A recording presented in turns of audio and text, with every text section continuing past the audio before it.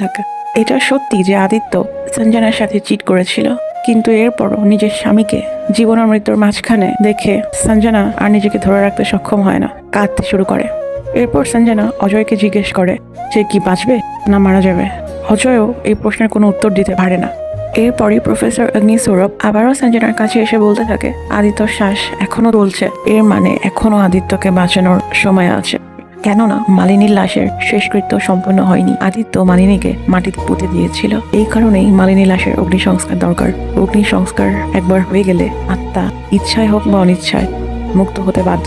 সঞ্জনা তখন শক্ত কণ্ঠে বলে উঠছে, এর আগে একবার ওই মালিনী আমার আদিত্যকে আমার কাছ থেকে ছিনিয়ে নিয়েছে, এবার আর আমি ওকে এই কাজে সফল হতে দেব না। ও আমার স্বামীর কোনো ক্ষতি করতে পারবে না, আমার স্বামী আমারই থাকবে।